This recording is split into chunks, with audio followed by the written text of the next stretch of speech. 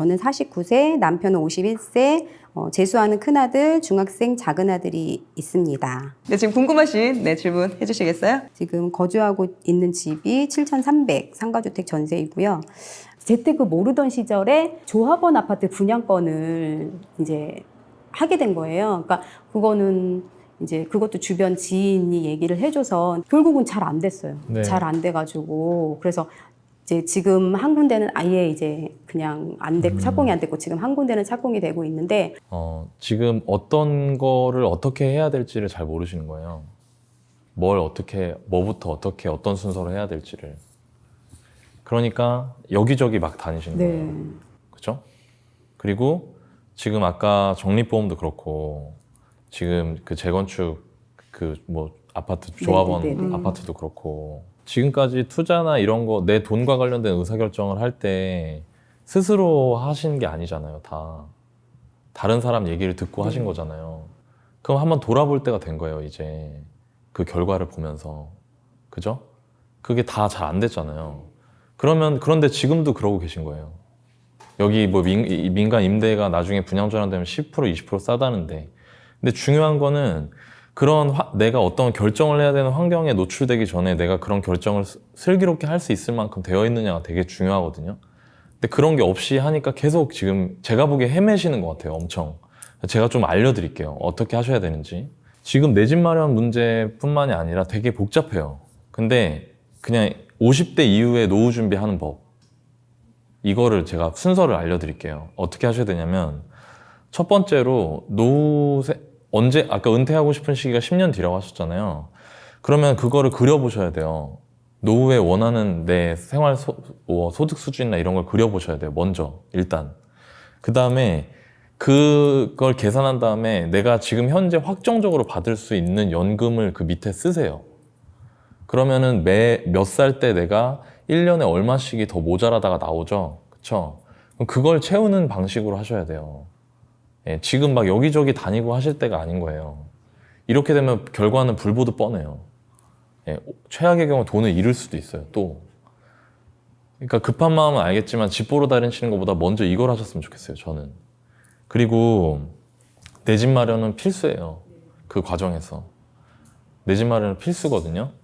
내 집 마련 하실 때 지금 당장 사서 들어갈 수 없는 집이라고 해서 내 집이 아닌 건 아니에요. 예. 남편분하고 얘기를 했는데 남편분하고 그게 말이 안 통한다고 하셨잖아요. 그러면 남편분 설득하시거나 아니면은 밀어붙이셔라도 하셔야 돼요. 예. 무슨 말인지 아세요? 내 집이 없으면 안 돼요, 지금. 이제. 정말로. 내 집 마련을 하시는 건 두 가지 의미가 있는데요. 가족이 사는 것도 있고요. 그리고 또 하나는 그걸 통해서 나중에 연금을 쓸 수가 있어요. 내가 그거를 주택연금을 통해서. 예. 그러니까 아까 앞단에서 내가 60세 이후에 얼마씩 모자라고 그 모자라는 만큼을 주택연금 얼마를 통해서 이만큼을 채울 수 있구나. 이 계산이 쓴다 이 말이에요. 무슨 말인지 아세요? 그 다음에도 모자라는 게 있잖아요. 그럼 그거를 투자해서 메꾼다는 이 큰 개념을 먼저 익히셔야 돼요. 그게 없으면은 이제 계속 헤매는 거예요. 그럼 여기서 제일 먼저 해야 될 거는 국민연금, 아까 가입하고 계시다고 했죠? 네. 국민연금 얼마 받으실 수 있는지 아세요? 지금 저는 받는데 네. 매월 60 얼마? 남편분은요? 남편은 제가 알아보라고 했는데 아직. 그러니까 이런 기본적인 부분들이 안 되면 지금 내 집 뭐 조합원 아파트 이게 중요한 게 아니에요. 그러니까 그걸 먼저 빨리 확인을 해보세요. 네. 확인해서 내가 원하는 거 대비 얼마만큼 모자란지. 그리고 이것도 제가 정말 그냥 솔직하고 현실적으로 그냥 말씀드리면 지금 신축 아파트 찾으실 때가 아닌 것 같아요, 저는. 신축 아파트를 찾을 때가 아니고 아이들 교육이나 이런 데 들어가는 비용들도 생각을 많이 해보셔야 돼요. 정말로. 예. 그게 과하다. 내가 이렇게 역으로 계산해보니까 모자란다. 그럼 아이들 교육비도 줄일 생각도 하셔야 돼요. 정말. 왜냐면 이건 너무 현실적인 부분이니까. 그렇게 하시고 집은 지금 청주 같은 경우에는 저는 집값이 비싸다고 생각하지 않거든요. 그래서 집을 내가 당장 담보대출 일으켜서 나머지 돈 다 넣으면서 들어가서 살 수 없는 집이라 하더라도 내 집 마련을 하나 해두셨으면 좋겠어요. 아파트를. 그리고 마침 변액적립보험에 들어가 있잖아요. 네. 돈이 3,500 이렇게 그 돈으로 사실 수 있는 집을 하나 사두시면 좋을 것 같아요. 대신 원칙이 있어요. 너무 멀리 떨어져 있거나 지금 가지고 있는 이 조합원 이 아파트 같은 거 네. 이거 내수에 있잖아요. 네. 예, 여기 가보셨어요? 네, 네, 가봤어요. 여기 사람들 어때요? 가보면 활기 있어요? 사람들이 많이 없는 것 같아요. 그죠? 네, 네. 그러면은 뭐 신축이고 뭐고 별로 의미 없어요. 장기적으로 봤을 때. 그러니까 이거를 정리하시고 변액 적립보험 정리하시면 한 5천만 원 이상이 남지 않습니까? 그런 걸로 집을 하나 사두세요. 대신 청주 안에서 사람들이 누구나 알만한 지역에 있는 거를 사두시고 나중에 시간이 흘러서 돈을 모아서 거기 들어간다 생각하시는 게 좋을 것 같아요. 저는 일단 무주택은 벗어나셔야 돼요. 그렇게 내 집 마련하시면 이 가지고 계시는 조합원 아파트도 일단은 정리가 되고 네, 네. 동시에 내가 지금 무주택 상태에서 불안한 부분도 정리가 되고 나중에는 그 아파트에서 연금으로 돈을 뽑아낼 수도 있잖아요. 시간이 지나서. 그러니까 이렇게 계획을 세우셨으면 좋겠고 마지막으로 제가 하나 더 당부드리고 싶은 건 뭐냐면 60세에 은퇴하겠다는 계획은 좀 수정하셔야 될 것 같아요. 일단. 그러니까 설령 그렇게 되는 상황이 되면 너무 좋은데 네. 일단 지금 내가 앞으로 10년만 더 해야지라고 생각하시는 것보다 그거보다 좀 더 길어질 수 있다는 생각을 하셔야 돼요. 왜냐면 그 집을 사서 그러니까 전세 끼고 사시라는 거예요. 네, 저는. 네, 네. 전세 끼고 사셨는데 나중에 이제 거기 들어가려면 전세금 빼줘야 될 거 아닙니까? 그죠? 그럼 그거 담보대출 부분을 일으키셔야 되잖아요. 담보대출 일으키면 내가 그걸 상환해야 되잖아요. 네. 그럼 상환하는 거 정도까지는 그 집이 나중에 많이 올라서 그 집을 팔고 대출 없는 집으로 갈 수 있는 상황 되기 전까지는 현금 흐름이 있어야 되거든요. 예, 그것들을 제가 말씀드린 걸 순서대로 다 해나가셔야 될 것 같아요. 지금. 걱정돼서 좀 이제 말씀드리면 첫 번째는 이제 지금 실거주 집하고 이제 또 본인이 이제 갖고 있는 이렇게 분양권이랑 적립보험이랑 아이들 펀드, 보험 해약금, 주식, 청약 통장을 다 통틀어 가지고 본인이 갖고 있는 게 한 1억 7천, 8천 되시는 네, 거잖아요. 네, 네. 이걸로 본인이 살 수 있는 제일 좋은 집을 사세요. 청주에서. 예. 그리고 본인이 신축이든 구축이든 신축이면 가급적 너무 이제 중앙에서 벗어나지 않으면 좋고 구축이면 가급적 이제 청주 중심 지역이 좋아요. 네. 그러니까 너무 멀지 않은 곳을 사시는 게 좋고 지금 그 김 선생님이 너무 걱정돼요. 왜냐면 김 선생님은 이 내 집 마련을 선택을 잘못하잖아요. 예. 그럼 노후에 힘들어져요. 네. 그러니까 이거를 잘 사서 돈이 돼서 나중에 이제 내가 노후에 이걸 토대로 그냥 이렇게 일단 아시다시피 지금 오랫동안 사셨잖아요. 네, 네. 10년 전, 20년 전 봤을 때 전셋값이 올랐어요, 떨어졌어요? 지금 올랐죠. 계속 조금씩 오르고 있죠. 물가는 계속 오르고 있잖아요, 사실은. 물론 청주가 좀 희한하게 좀 약간 조정이 심하긴 했었지만 네. 결과적으로 올랐잖아요. 내 집은 있어야 돼요. 왜냐하면 김 선생님이 60살, 70살, 80살, 90살까지 사실 때 그 40년의 시간이면 전셋값은 계속 올라갈 거거든요. 내 집은 반드시 있으셔야 된다. 이게 최소한의 방어다. 예, 그래서 근데 지금 시기에 내 집 마련을 하시고 저는 융자 받으실 거 아니에요. 그걸 10년 동안 갚아나가는 방식으로 하시고 은퇴 시기에는 부채가 없으면 좋아요, 개인적으로. 물론 그 안에서 다른 자산이 더 있으면 좋지만 지금 솔직히 여러 가지 이렇게 해놓으셨잖아요. 나눠서 본인 나름대로는 이거 돈 안 될 겁니다. 차라리 아까 제가 말씀하신 걸 하는 거가 훨씬 더 본인이 아까 좀 막 모델하우스 보고 하는데도 참 기회를 놓쳐서 너무 속상하다라는 얘기가 되게 좀 가슴이 절절하더라고요. 저도 마음이. 그래서 저라면 그렇게 할 것 같아요. 일단 그 60대 이후에 어느 정도의 지금 국민연금이나 이런 거 좀 체크하셔가지고 남편 거 핸드폰 뺏어서요 어플 내 안에 국민연금 깔면 돼요. 그럼 이제 물론 이제 공인 인증 이거 필요하지만 네. 그건 좀 옆에 누르게 해가지고 안 하잖아요 시키니까. 네, 네. 그러니까 옆에서 해줘야 돼요. 네. 그거 해서 실제적으로 60세 이후에 얼마가 월별로 부부 합쳐서 얼마가 나오는지 계산해 보시고 그리고 실제적으로 부족한 부분 얼마인지 그걸 먼저 계산을 해보라고 말씀해 주셨고 두 번째는 지금 가지고 있는 흩어져 있잖아요 돈들이. 네. 보험, 아이들 정신펀드. 네. 저도 아이들 앞으로 된 저축 하나도 없습니다. 펀드도 없습니다. 다 그냥 뭉쳤어요. 네. 이렇게 돈이 없을 때는 흩어져 있으면은 힘을 발휘하지 못하니까 특히나 없을 경우에는 주변에 있는 돈을 다 하나로 뭉쳐서 지금 말씀하신 것처럼 청주에서 그래도 입지가 괜찮은 중심지에 있는 아파트를 거기에다가 전세를 끼고 매수를 해야 되는데 두 분께서 정말 진심에 우러나서 걱정되는 마음에 말씀을 해주셨으니까 두 분의 의견 꼭 가서 실천을 하셔가지고 빠른 시간 안에 최대한 또 집중해서 단지를 같이 보시고 메일 주시면 더 도움이 되지 않을까 생각이 듭니다. 네, 그럼 또 다음 질문 해주시겠어요? 재테크에 전혀 관심이 없는 남편하고 같이 하고 싶은 마음이 너무 간절한데 어떻게 설득을 해야 할지. 저는 사실 책 읽는 거는 좋아해서 지금 재테크 책은 계속 읽고 있어요. 근데 남편은 책 읽는 거를 책을 전혀 안 읽어요. 저의 경우랑 너무 비슷하세요. 너무 비슷해서 저도 지금 제가 이제 재테크나 저도 직장 다니고 있고 육아를 뭐 열심히 하진 않지만 어쨌든 육아를 하고 있고 투자도 하고 있는데 저희 남편은 지금도 별로 크게 관심은 없어요. 그나마 지금은 이야기는 좀 들어줘요. 이야기는 들어주지만 제가 그렇게 투자에 집중할 수 있도록 저는 반대만 안 해주는 것도 저는 그건 괜찮다라는 생각이 들어요. 말씀하신 것처럼 지금 바깥분께서 투잡을 지금 하고 계시잖아요. 그러면은 그게 상당한 스트레스나 육체적으로나 정신적으로 되게 나름 본인 안에서는 최대한 노력을 하고 있는 상황인 거고 거기에 재테크까지 우리 같이 하자라는 거는 어떻게 보면 좀 욕심일 수도 있고 소망일 수도 있어요. 그 부분은 그러니까 의존적이시다고 했지만 이번에 독립을 하시는 거죠. 경제적인 독립을 자립을 하시는 거예요. 이번 기회로. 또 해보시니까 적성에 안 맞는 것도 아니고 어느 정도 책 읽기도 지금 잘 하고 계시고 괜찮다라고 느끼셨으면 이참에 그냥 혼자 하시는 것도 괜찮아요.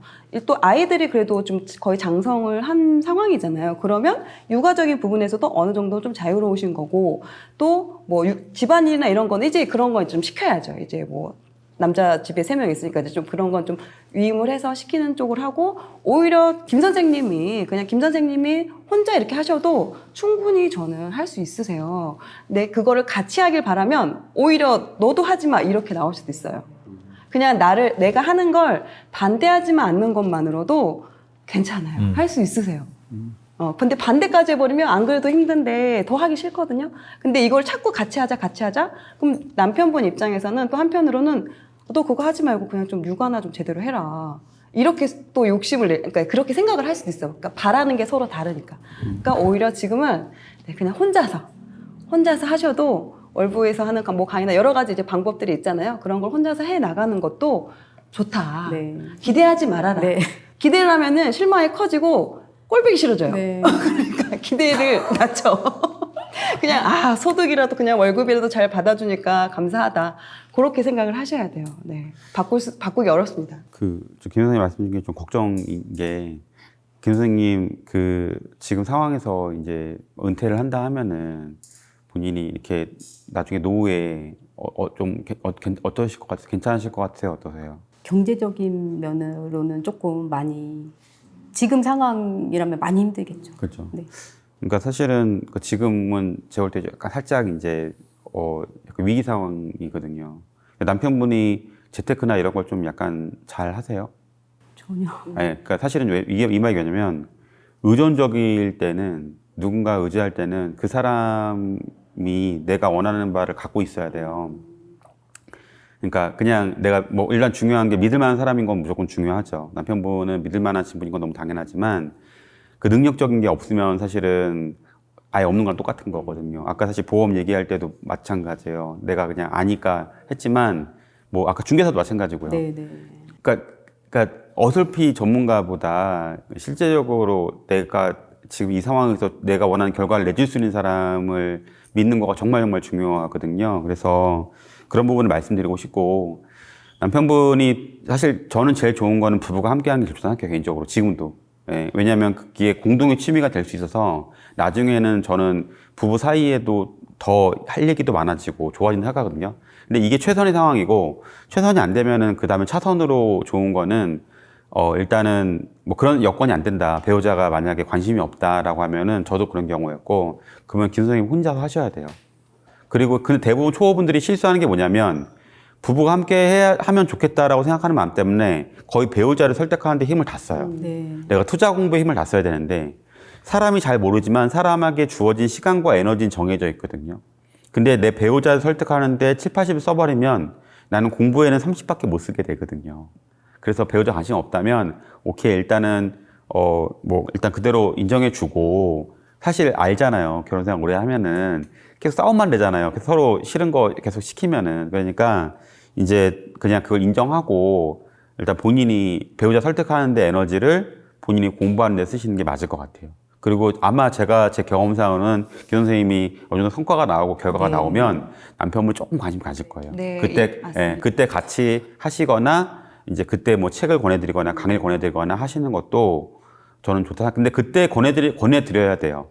그래야지 김 선생님이 왜 그렇게 하는지도 알고 남편분도 이제 더 지지를 많이 해주게 될 거거든요. 혼자가 외롭지가 않게 될 거예요. 그러니까 저는 제가 김 선생님이라면 지금 일단 본인이 공부에 집중하시고 어느 성과가 난 다음에 그때 다시 한번 좀 설득을 하는 방식으로 하는 게 맞지 않을까라고 저는 생각이 듭니다. 한 달에 모으시는 금액은 얼마나 되세요? 총 해서 한 70만 원씩 해서 한 850 정도? 근데 이제 1년에 850 모으는데 아까 말씀하신 것처럼 10년 정도 은퇴하신다고 했잖아요. 네, 네. 그럼 이제 8,500 정도잖아요. 네. 10년 모을 수 있는 금액이. 그리고 지금 이제 갖고 계신 자산이 실거주 포함해가지고 한 1억 정도 되시고요. 네. 이게 10년 남았잖아요. 네, 네. 그래서 김 선생님은 좀 되게 심각하게 받아들이셔야 네, 돼요. 네. 사실은. 왜냐하면 제가 볼 때는 첫 번째 좀 가장 큰 문제점은 그 두 분이 소득이 일단 서로가 잘 모른다는 거. 그리고 뭐 아이들 교육이나 여러 가지 다 이런 게 있지만 대부분이 이제 본인 노후 생각을 못 하고 대부분 다 이제 많이 이렇게 하시거든요. 되는 대로. 근데 그러면 제가 이제 상담을 많이 하잖아요. 이런 일들은 나중에 너무너무 힘들어져요. 왜냐면 나이가 이제 아시겠지만 또 40대 초반과 40대 후반도 다르잖아요. 그리고 또 이제 60대는 또 다르겠죠. 그러니까 그때는 일을 하고 싶어도 못 할 수도 있거든요. 그래서 지출 부분을 조금 더 다이어트를 많이 하셔야 될 것 같고, 보험은 조금 이게 연금저축보험에서 적립으로 바꾸셨죠. 네. 제가 볼 때는 이거 약간 이것도 좀 잘 잘못 바꾼 것 같거든요. 근데 이거는 아마 너나이님이 왜 잘못 바꿨는지 얘기를 해주실 것 같아요. 일단 지금 변액 적립보험 이런 게 뭐냐면 그러니까 뭐 어떤 건지 아세요? 변액 적립보험이 어떤 성격인지 혹시 어떻게 가입하게 되셨어요, 이 보험을? 추천해 주셔서 상담하는 지인분이? 과정에서 네, 네. 그러니까 이게 어떤 상품인지 아세요? 그러니까 이제 저는 생각에 그러니까 주식을 제가 이제 하기에는 네. 조금 더 위험할 것 같고 네. 왠지 그래서 그래도 이제 전문가분이 네. 이렇게 조금 운용을 해주시는 게 네. 수익률 면에서 봤을 때는 그냥 일반 적금을 붓는 것보다는 네. 수익률이 조금 더 이제 높지 않을까 해서 가입을 한 거거든요. 그 상품 해주신 분이 지인분이신가요? 그러니까 이제 원래부터 이제 알던 지인분이라기보다도 네. 서울에서 그 전에 이제 소개로 네. 그 이제 가입을 했었던 아, 예. 그분이 그분이 보험으로 돈 많이 버셨어요? 보험으로요? 네. 잘 모르겠어요. 아닌 것 같아요. 그죠? 네네. 그분이 보험 영업 말고요. 네. 보험으로 본인 재테크를 보험으로 해서 돈 많이 버셨대요. 아닌 것 같아요. 그러면 아닌 거예요. 제가 이제 사실 저도 이제 오늘 사실 방송 준비하면서 조금 어려웠어요. 솔직히 말씀드리면. 그러니까 왜냐면 어떤 부분을 먼저 말씀을 드려야 되지 싶을 정도로 너무 많은 부분을 지금 놓치고 계시거든요. 근데 저는 그래도 이렇게 말씀드리는 게 맞다고 생각해요. 그래서 말씀을 드리면 차분하게 하나하나 말씀드릴 거지만 일단 이거를 먼저 이야기하면 연금저축보험 70만 원은 나중에 내가 매년 세액공제를 받으면서 그 연금액이 많진 않아요. 사실 개인연금저축 드는 게. 근데 세액공제가 크기 때문에 그걸 한 거거든요. 근데 변액 적립보험은 뭐냐면 투자 상품이에요. 지금 좀 전에 말씀하셨다시피 어렴풋이 알고 계시지만 투자 상품이거든요. 투자를 딴 사람한테 맡기는 거죠. 그러니까. 근데 이게 있어요. 이 두 가지 맹점이 있는데 첫 번째는 그 투자를 하는 사람들이 실제로 얼마나 투자를 잘하는 사람들인지 알 수 없다는 거. 첫 번째. 두 번째는 내가 1,000원을 맡기잖아요. 그럼 그 사람들은 900원 가지고 투자해요. 100원 띄고. 왜 뛸까요? 그 운용 보수. 그쵸. 네. 그러면은 내가 마이너스 10%에서 시작하는 거잖아요. 네, 그럼 그 사람이 10% 수익을 내도 똔똔인 거예요. 제가 개인적으로 우려되는 거는 변액 적립보험을 지금 들어간다는 거는 그게 어느 주식에 투자할지 모르겠지만 국내 주식이든 해외 주식이든 가격이 많이 올라간 상태잖아요, 지금. 그러면 지금 내가 가입해서 지금 내 보험료가 들어가면 내가 일단 비싸게 사야 하는 거거든요. 이건 투자를 아는 사람들은 어느 정도 이해할 거예요, 이 말 들으면. 그러니까 여러 가지로 별로 좋은 선택은 아니에요. 이거를 가입을 언제 하신 거예요? 한 지금 2월 정도 된 것 같아요. 아, 그러면은 그 계약 취소가 가능한 시기일 수도 있거든요. 네. 네, 그래서 계약 취소를 하시는 게 낫지 네, 않을까라는 생각이 들고, 네, 여기 지금 3,500이 들어있잖아요. 네. 지금- 적립식은 3,500 그리고 월 또 50만 원. 그러니까요. 네네. 그러면 실제로는 사실상 가지고 계신 현금성 자산은 거의 다 들어가 있는 건데, 여기에. 네. 그거를 남한테 주식 투자를 시키는 거예요, 지금. 그것도 운용보수를 줘가면서. 그러니까 저는 이거는 아닌 것 같거든요. 그러니까 지금 일단은 돌아가시면 이거는 취소가 가능하면은 계약 취소를 하시는 게 좋을 것 같아요. 네. 취소하면 기나입보험은 돌려받을 수 있거든요. 취소 가능하면. 그러니까 그거를 좀 알아보시고 취소하시는 게 낫지 않을까라는 생각이 좀 듭니다. 지금 혹시나 제가 좀 사실 되게 사연 보고 저는 되게 걱정이 많이 돼서 솔직히. 네. 왜냐면 이제 버는 거는 이제 제한돼 있고 네. 또 쓰는 건 나갈 때도 뻔하잖아요, 네, 사실은. 네. 그러다 보니까 이제 모으기가 어려운데 그러면 이 돈이라도 잘 굴려야 되는 상황이거든요. 근데 이제 이런 금융지식이 많지 않으시니까 너무 걱정됐거든요. 네. 근데 이제 나님이 왜 그 얘기 한지 조금만 부연 설명하면은 그 만약에 그 3개월 기간을 놓치잖아요. 만약에 아까 말한 그걸 취소하는 기간을 그러면은 원금의 몇 프로를 손실 보셔야 될 거예요. 아까 말한 아까 말한 운용 수수료. 네, 네, 네. 근데 일반적으로 펀드에서 운용 수수료가 한 2%, 3% 되거든요. 근데 이제 좀 약간 이런 방식은 너무 손해인 거예요. 그렇잖아요. 사실은 10% 요새 금리 10% 이익 난 게 없잖아요. 근데 지금 저기 김 선생님 같은 경우는 11% 수익이 나야지 본전인 상황인 거거든요. 그러니까 이거는 굉장히 안 좋은 상품이에요. 완전히 진짜 약간 안 좋은 상품이에요, 사실은. 그래서 이건 바로 해지하시는데 이 기간을 놓치면 또 안 되기 때문에 오늘 가면서 바로 해지하세요. 오늘이나 내일까지 바로 해지하시고 연금 상품은 인덱스 펀드를 드는 게 좋아요. 근데 그 방법은 저희 방송에 이제 김성일 님이라고 팟캐스트 들어오면은 그 마법의 연금 굴리기 책이 있어요. 그 책을 보시고 그 책 포트폴리오 따라 하시면 돼요. 조금 어려우시겠지만 뭐 아드님도 있고 하니까 이거 좀 이 책 보고 해달라. 엄마 아빠가 지금 이거 하는 건데 라고 하면은 소득공제 혜택도 있고 본인이 직접 굴릴 수 있어요. 저도 이제 그렇게 하고 있는데 제가 직접 다 해드릴 수는 없으니까. 근데 그 책에 포트폴리오까지 다 나와 있고 아마 조만간 저희 김성일님 또 출연하셔가지고 또 방송 나갈 거야, 유튜브에. 그러니까 그거 꼭 보시고 그거에 맞게 하시면은 아마 여러 가지로 좀 훨씬 나아지지 않을까라고 생각이 들고 일단 그거는 갖다 꼭 해지하세요. 네, 네. 계약 취소가 기간이 지났어도 해지를 하라는 말씀이신 거죠? 네. 약간 손해가 나더라도. 네, 이건 그렇게 해야 돼요. 네.